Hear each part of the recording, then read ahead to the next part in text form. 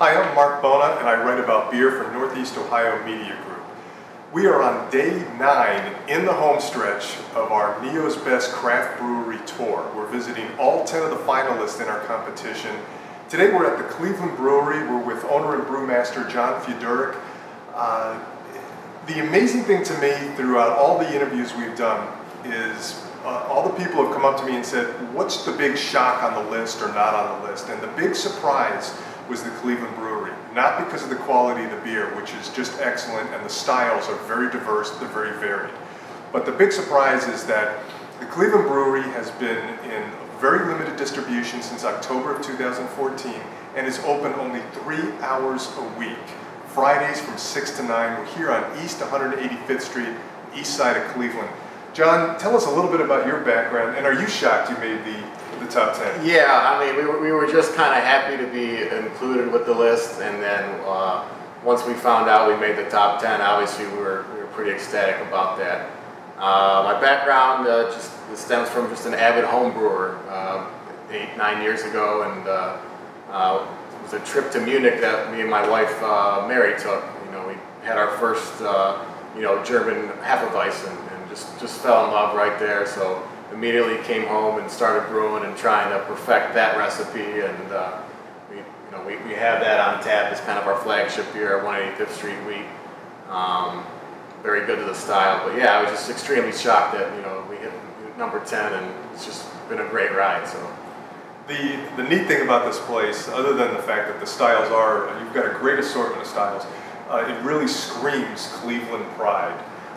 Tell us about a couple of the labels and the tap handles. I think people have noticed, and those are the obviously little mini terminal towers. Yeah, so I guess we'll start with the tap handle. My wife's brother actually mentioned that the Cleveland Public Library had this 3D printer option. So went down there and spoke with Susie Perez, kind of got us started on this project.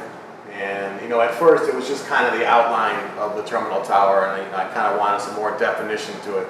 So I asked her if she was able to kind of put in some windows and make it easily recognizable. And she was able to do that. And it's pretty cool. It's pretty cool what they were able to do down there. That's neat. So you've got beers in the fermenters. You've got beers on tap. And there's an interesting little beer cocktail. You've got your own little creative shandy for the summer. Yes, it's called a Roost beer in Germany. It's our Hefeweizen mixed with a little bit of Sprite. It's very shandy-esque, very refreshing. Fill it up, about 3/4 of the way with the Hefeweizen, and then a little splash of the Sprite, and it's pretty good. It's been a little local kind of fan favorite here. So you're obviously very proud of this area, and there's a neat story behind a very unique beer that you're doing, the San Giovanni. Tell us about that. So we wanted to incorporate a wine into our saison, and I wanted to get Little Italy in there somehow. So I started doing some research on the history of Little Italy, and it turns out that the Campobasso region of Italy has a little town called San Giovanni, and a lot of people that live there came to Cleveland's Little Italy district and settled in that area. So that's kind of where we came up with that name.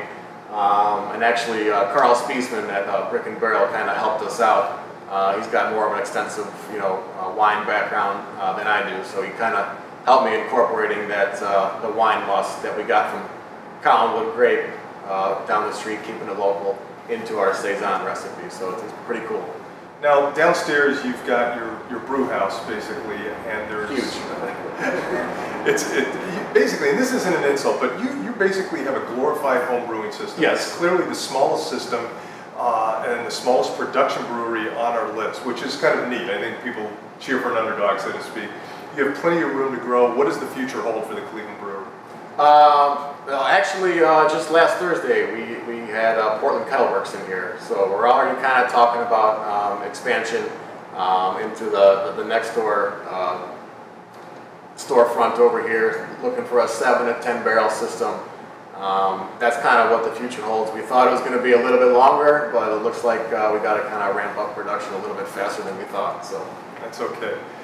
Well, thanks for joining us. I'm Marc Bona with Northeast Ohio Media Group. This is day 9 we're finishing. We are in the home stretch. I'm keeping my playoff beer beard until we're done with the 10th.